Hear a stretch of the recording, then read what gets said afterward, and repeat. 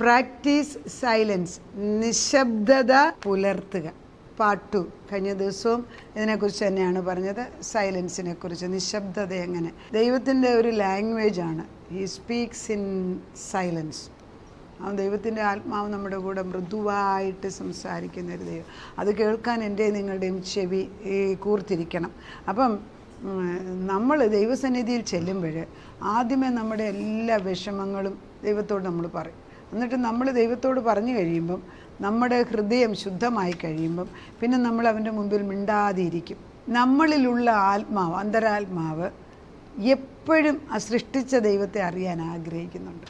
അതായത് ഈ അപ്പൻ ആരെന്നറിയാത്ത മക്കൾ അവരുടെ അപ്പൻ ആരാന്നറിയാൻ വേണ്ടി ജീവിത യാത്ര ചെയ്യുന്ന കാണാറുണ്ട്. എവിടെയാണ് അവരുടെ റിയൽ അപ്പന, ബയോളജിക്കൽ ഫാദർ. അതുപോലെ തന്നെ നമ്മുടെ അന്തരാത്മാവിന് എന്നെ സൃഷ്ടിച്ച ദൈവത്തെ കാണണമെന്ന് എപ്പോഴും ഒരു നാഗിങ് ആഗ്രഹമുണ്ട്. ഒരു അകത്ത് പുറകിലൊരാഗ്രഹമുണ്ട്. അത് കാണാത്തവരെല്ലാം, കാണാത്ത വിശ്വാസികളെക്കുറിച്ചാണ്.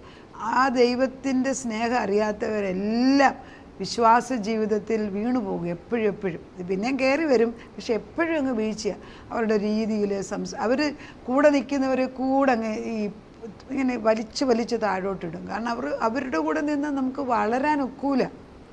എന്നാൽ നമ്മൾ ആത്മാവിലുള്ളവരുടെ കൂടെ നിൽക്കുകയെങ്കിൽ വളരാൻ സാധിക്കും. അത് നമ്മൾ തന്നെ കൾട്ടിവേറ്റ് ചെയ്യണം, അല്ലാതെ ചുമ്മാതെ ഉണ്ടാകത്തില്ല. അപ്പോൾ ഈ അന്തരാത്മാവിന് എപ്പോഴും എൻ്റെ സൃഷ്ടാവാകുന്ന ദൈവത്തിൻ്റെ അടുക്കൽ ചെല്ലണം എന്ന് ആഗ്രഹമുണ്ട്. അപ്പം in silence and contemplation we come to know that God is within us in our daily routine life.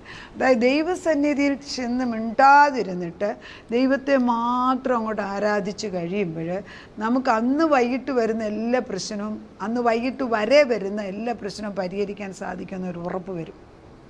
ആ ഉറപ്പ് കർത്താവ് ഇട്ട് തരുന്ന. ബിക്കോസ് രാവിലെ എൻ്റെ പ്രശ്നമെല്ലാം പറഞ്ഞ് ഒരാൾ കേട്ടല്ലോ, പിന്നെ ഇനി എന്ത് പറയാൻ. അങ്ങനെയുള്ളവർ പലയിടത്ത് നിന്ന് പിന്നെ പറയേണ്ട ആവശ്യമില്ല. പിന്നെ പലയിടത്ത് പറയുന്നെങ്കിലും പ്രാർത്ഥിക്കാൻ കൃപയുള്ളവരാണെങ്കിൽ ഒരുപക്ഷെ നമ്മുടെ വിശ്വാസം അതുകൊണ്ട് വർദ്ധിക്കുന്നുണ്ട്. പക്ഷേ ദൈവത്തിന് മാറ്റമില്ല. ദൈവം അത് ഏറ്റെടുത്തതാണ്. എൻ്റെയും നിങ്ങളുടെയും വിശ്വാസം വർദ്ധിപ്പിക്കാൻ വേണ്ടി മാത്രമാണ് ദൈവം അത് ചെയ്യുന്നത്. When thoughts come to your mind, ask the Lord, is it from you or is it from the devil? അത് എൻ്റെ തന്നെ. നമുക്കൊരു ചിന്ത ഇങ്ങനെ നമ്മൾ ദൈവത്തിൻ്റെ അടുക്കൽ ഇരിക്കുമ്പോൾ നമ്മളിങ്ങനെ പ്രാർത്ഥിക്കുമ്പോൾ നമ്മൾ ചോദിക്കും, ഇത് എൻ്റെ ചിന്തയാണോ ദൈവത്തിൻ്റെ ചിന്തയാണോ എന്ന്. അപ്പം ദൈവത്തിൻ്റെ ചിന്തയാണ് എങ്കിൽ ആ വിത്ത് കിളുത്തോട്ടെ നമ്മൾ സമ്മതിക്കും. ആ വിത്ത് എൻ്റെ തോട്ടത്തിലിട്ട്, അല്ലെ എൻ്റെ മനസ്സിൽ, എൻ്റെ ഹൃദയത്തിലിട്ടിട്ട് അത് കിളുത്ത് ജീവവൃക്ഷമാകാൻ ഞാൻ സമ്മതിക്കണം. എന്നാൽ ദൈവത്തോട് ചോദിക്കുക, ഈ ചിന്ത ദൈവത്തിൻ്റെ അല്ല എങ്കിൽ എന്ന് നമുക്കറിയാം. കുറച്ച് പലപ്പോഴും അത് ശ്രദ്ധിക്കണേ. ദൈവത്തിൻ്റെ അല്ല എന്ന് വരുന്നെങ്കിൽ ആ ചിന്ത കരിഞ്ഞു പോണേ എന്ന് പ്രാർത്ഥിക്കണം. ദൈവം അത് ഈ കഴിഞ്ഞ ദിവസം എന്നോട് ആരാണ്ട് പറഞ്ഞു, അയ്യോ എൻ്റെ കുഞ്ഞ് പരീക്ഷയ്ക്ക് തോറ്റുപോകും എന്നൊരു ചിന്ത വന്നെന്ന്. ആ ചിന്ത വരുമ്പോഴേ അതിനെ കൊണ്ട് ക്യാപ്ചർ ചെയ്തിട്ട് യേശുവിന് മുമ്പിൽ കൊണ്ടുവച്ചിട്ട്, ഇല്ല അത് ദുഷ്ടൻ്റെ ചിന്തയാണ്, എൻ്റെ ദൈവം അത് ജയിപ്പിക്കും, ഒരു അതിശയം ഞാൻ എക്സ്പെക്റ്റ് ചെയ്യുന്നു എന്ന് പറയാൻ തക്കവണ്ണം ആ നെഗറ്റീവ് കൊണ്ട് നിർത്തരുത്, പോസിറ്റീവ് കൊണ്ട് നിർത്തണം. ഏതൊരു അഴുക്ക് സ്വപ്നം കണ്ടാലും, അയ്യോ നമ്മൾ കണ്ടു നമ്മുടെ മക്കൾ മരിച്ചു, ഭർത്താവ് മരിച്ചു, നമ്മൾ മരിക്കുന്നു, അതൊക്കെ പണ്ട് എന്നെ കാണിച്ച് എപ്പോഴും പേടിപ്പിക്കുമായിരുന്നു. അപ്പോഴെല്ലാം എനിക്ക് വലിയ ഭയം വരും. പക്ഷെ ഞാൻ ഒന്ന് പഠിച്ച് എപ്പം ഞാൻ അങ്ങനെ കണ്ടാലും രാവിലെ എഴുന്നേക്കും പറയും, ജഡമാ മരിച്ചത്, ആത്മാവ് ജീവിച്ചിരിക്കുന്നു. ജഡം മരിച്ചുപോയി, ഒരു കുഴപ്പമില്ല, മരിച്ചു പൊക്കോട്ടെ കർത്താവ്, ജഡം മരിച്ചുപോയി, ആത്മാവ് ജീവിച്ചു. ഇങ്ങനെ പറഞ്ഞു വന്ന് പിന്നെ എന്നെ ആ കാര്യം പേടിപ്പിക്കാറില്ല. മരണത്തിനെ ഭയപ്പെടേണ്ട ആവശ്യമില്ലല്ലോ. പക്ഷേ അകാല മരണം വരരുത്. ഈ നേരത്തെ മരണം വരുന്നെന്ന് കാണിക്കുമ്പോഴെല്ലാം ആദ്യം പേടിക്കുന്ന പിന്നെ ഞാൻ പറയാൻ തുടങ്ങി, അത് ജഡത്തിൻ്റെ മരണം മാത്രം, അത് ആത്മാവിൻ്റെ, അത് ജഡമാണ്, അവനിലുള്ള ജഡസ്വഭാവം മരിച്ചു പോയതാണ്, ആത്മാവ് ജീവിക്കുകയാണെന്ന് പറയാൻ തുടങ്ങി. പിന്നെ അങ്ങനത്തെ സ്വപ്നം കണ്ട് എന്നെ പേടിപ്പിക്കാറില്ല പിശാച്. അപ്പം ദൈവം നമ്മളോട് സംസാരിക്കുന്നു, ദൈവം നമുക്ക് സ്വപ്നം തരുന്നു. പിശാചും അല്ലെ നമ്മളിലൂടെ ജഡം അല്ലെ പിശാചും അഴുക്ക് സ്വപ്നം തരുന്നുണ്ട്. അപ്പോൾ ഈ ജഡീക ചിന്തകൾ മാറ്റാൻ വേണ്ടി കർത്താവിൻ്റെ സന്നിധിയിൽ വന്നിരുന്നിട്ട് നമ്മുടെ ചിന്തയെ ദൈവത്തോട് ചേർത്ത് നമ്മൾ കൂട്ടിക്കെട്ടുക എന്ന് പറയും. ദൈവത്തിൻ്റെ ചിന്തയോട് കൂട്ടിക്കെട്ടിക്കൊണ്ട് ജീവിക്കുന്നു. അപ്പം beholding is making room for God. ഈ ദൈവസന്നിധിയിൽ വന്ന് ചുമ്മാതെ ഇരിക്കുന്നത് നമ്മൾ ദൈവത്തിൻ്റെ ശബ്ദം കേൾക്കാൻ ചിന്തിക്കാനുള്ള ഒരു സമയമായിട്ട് അങ്ങോട്ട് കൊടുക്കണം. പല ചിന്ത വരരുതേ. അപ്പോൾ പല ചിന്ത വരും, ഷുവറാണ്, പല ചിന്ത വരും. പല ചിന്ത വരുന്നുണ്ടെങ്കിൽ നമ്മൾ പറയുമോ ഞാൻ ഭാവി, എനിക്ക് അഴുക്ക് ചിന്ത കയറി. അങ്ങനെ നമ്മളെ തന്നെ വിധിക്കുന്നതും ശരിയല്ല. എപ്പോഴും എന്നെ തന്നെ കുറ്റം പറയുന്നത് ദൈവത്തിന് ഇഷ്ടമല്ല. മനസ്സിലാക്കുക. പലരും വിശ്വാസം, എന്നെ ഒന്നിനും കൊള്ളത്തില്ല, ഞാൻ ഭാവിയാ മകൻ, അങ്ങനെ ഇത് കേൾക്കാൻ ദൈവത്തിന് ഇഷ്ടമല്ല. ഞാൻ ആരേ എന്ന് എനിക്ക് ഉറപ്പ് വരുന്നത്, ഞാൻ ദൈവത്തിൻ്റെ മകളാണ് എന്ന് എൻ്റെ ദൈവത്തിൻ്റെ സന്നിധിയിൽ നിന്ന് പറഞ്ഞുറപ്പിച്ചിട്ടേ വീട്ടിൽ നിന്ന് പുറത്തോട്ട് ഇറങ്ങാവൂ. ശത്രുവിൻ്റെ ഒരായുധം എനിക്ക് മേലെ എൻ്റെ കുടുംബത്തിന് മേലെ ഫലിക്കത്തില്ല. അതിൻ്റെ ഉത്ഭവത്തിൽ തന്നെ അത് നശിച്ചു പോയിരിക്കുന്നു. In its conception itself it is destroyed. പറയാനും നാവിലല്ലേ അധികാരം തന്നിരിക്കുന്നത്. അപ്പം നമ്മൾ ഈ അഴുക്ക് ചിന്ത വരുമ്പോൾ ആദ്യമൊക്കെ എനിക്കത് എന്നെ വല്ലാതെ വിഷമിപ്പിക്കുമായിരുന്നു. പല ചിന്തകൾ കയറി വരും, ചിലത് നല്ലത്, ചിലത് അഴുക്ക്. പക്ഷെ ഞാൻ ഒന്ന് പഠിച്ചു, ഈ അഴുക്ക് ചിന്തയോ അല്ലെങ്കിൽ ഡിസ്ട്രാക്ഷനോ വരുമ്പോൾ ഞാൻ എന്നെ തന്നെ കുറ്റം പറയാതെ ഞാൻ പാസ് ഇറ്റ് ഓൺ എന്ന് പറയും. അതായത് നമ്മളൊരു ബസ്സിനകത്ത് യാത്ര ചെയ്യുമ്പോൾ നമ്മൾ കാണുന്നുണ്ട് സൈഡിലുള്ള 2 സൈഡിലെ മരങ്ങൾ പുറകോട്ട് ഓടിപ്പോകുന്നു. സൈഡിലുള്ള മരം ഓടുകയാണോ അതോ നമ്മൾ മുൻപോട്ട് പോവുകയാണ്? നമ്മൾ മുൻപോട്ട് പോകുന്നു. വണ്ടിയിലിരിക്കുന്ന, ബസ്സിനകത്തിരിക്കുന്ന നമ്മൾ കാണുന്നു മരങ്ങളെല്ലാം പുറകോട്ട് പോകുന്നു. എന്താ സംഭവിക്കുന്നത്? മരം അവിടെ തന്നെ നിൽപ്പുണ്ട്, പക്ഷെ നമ്മൾ മുൻപോട്ട്. അങ്ങനെ തന്നെ ആയിരിക്കണം. ഏതെല്ലാം ചിന്തകൾ ഇടതുനിന്നും വലതുനിന്നും വന്നാലും ഞാൻ അത് പാസ് ഓൺ ചെയ്ത് പുറകോട്ട് വയ്ക്കട്ടെ. Let me go forward until you receive the presence of God. ദൈവസാന്നിധ്യത്തിൽ വരുന്നിടം വരെ മുൻപോട്ട്. അത് എന്നും ചെയ്യേണ്ടതാണ് കേട്ടോ, എന്നും ചെയ്യണം. അപ്പോൾ ഈ പ്രാക്ടീസിനകത്ത് 2 തരത്തിലുള്ളത് ഞാൻ പഠിപ്പിക്കാൻ ആഗ്രഹിക്കും. ഒന്ന് സെൻറ്ററിങ്, 2 ബ്രീതിങ്. ഈ സെൻറ്ററിങ് എന്ന് പറഞ്ഞാൽ രാവിലെ എഴുന്നേൽക്കുമ്പോൾ സെൻറ്ററായിട്ട് ഒരു കാര്യം നമ്മൾ ചിന്തിക്കുകയാണ്. ഇന്നലെ വസ്തുവിനെ കുറിച്ചൊരു ഭാരമുണ്ട്, അല്ലെ മക്കളെക്കുറിച്ചൊരു പ്രശ്നമുണ്ട്, വിവാദം, ഇതൊക്കെ ഉള്ളപ്പോൾ സെൻറ്റർ ചെയ്യുക. രാവിലെ ആ വിഷയങ്ങളെല്ലാം കർത്താവിൻ്റെ മുമ്പിലോട്ട് അങ്ങോട്ട് ഇട്ടെറിഞ്ഞു കൊടുത്തേച്ച് രാവിലെ എഴുന്നേൽക്കുമ്പം ദൈവമേ നിൻ്റെ ശക്തി മാത്രം എന്ന് ചിന്തിക്കുകയാണ്. അല്പനേരം ദൈവത്തിൻ്റെ മുഖത്തേക്ക് മാത്രം സെൻറ്റർ ചെയ്യുകയാണ്. അതായത് ഈ സ്പോക്സ് വീല് പോലെയാണ്. ഈ കാളവണ്ടിയുടെ വീലാണ് അതിന് ഏറ്റവും ഓർക്കാൻ. സ്പോക്സ് വെച്ചിരിക്കുന്ന വീലിൻ്റെ നടുക്കൊരു സെൻറ്റർ പോയിൻ്റ് ഉണ്ട്. ആ സെൻറ്റർ കറക്റ്റ് സെൻറ്ററിലല്ല എങ്കിൽ സ്പോക്സ് വീല് ശരിയായിട്ട്, ആ കാളവണ്ടി ശരിയായിട്ട് ഓടത്തില്ല. ഇപ്പോൾ സൈക്കിൾ നോക്കി, സൈക്കിളിൻ്റെ സ്പോക്സ് വീലെല്ലാം ഒരു സെൻറ്ററിൽ നിന്നാണ് അത് അങ്ങോട്ടും ഇങ്ങോട്ടും പോകുന്നത്. അത് കറക്റ്റ് അല്ലെങ്കിൽ സൈക്കിൾ ശരിയായിട്ട് ഓടത്തില്ല. അതെന്ത് പ്രിസൈസായിട്ട്. അങ്ങനെ ആയിരിക്കണം, ദൈവമായിരിക്കണം സെൻറ്റർ പോയിന്റ്. എൻ്റെ കണ്ണിക്കവിടെ കാണുന്ന ദൈവമല്ലാതെ വേറെ ആരുമില്ല. അതിന് പെരിഫറിയിലെ ബാക്കി കാര്യങ്ങൾ നിൽക്കാവും.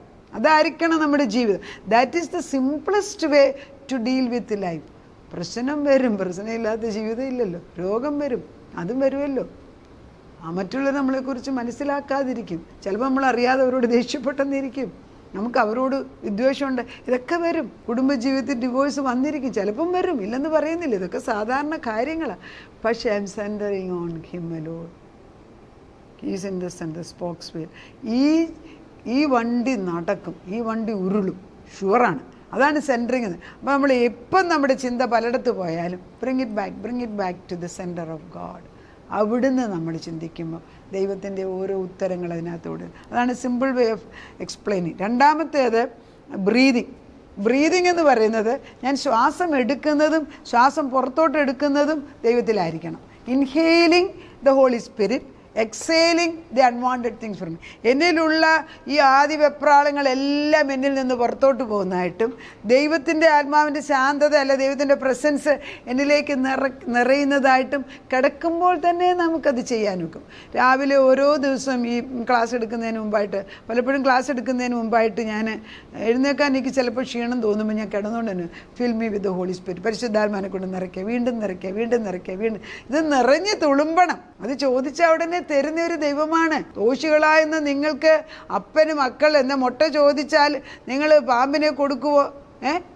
പിന്നെ മീൻ ചോദിച്ചാൽ തേളിനെ അങ്ങനെ കൊടുക്കുമോ? അങ്ങനെ ദോഷികളാവുന്ന നിങ്ങളുടെ മക്കൾക്ക് നന്മ ചെയ്യുന്ന സ്വർഗസ്ഥനായ പിതാവ് എത്രയധികം പരിശുദ്ധാത്മാവിനെ തരുമെന്ന് വാഗ്ദത്തം ചെന്നിട്ട് ലൂക്കോസിൻ്റെ 11 അത് എഴുതിയിരിക്കുന്നത്. അങ്ങനെ പറയുന്ന ദൈവം നമ്മൾ എക്സേൽ ചെയ്യുന്ന നമ്മുടെ ഭാരങ്ങളെല്ലാം പുറത്തു പോയിട്ട് ഇൻഹെയിൽ ദ ഹോളി സ്പിരിറ്റ്. അവൻ എൻ്റെ കാര്യസ്ഥനാണ്, അവൻ അറിയും.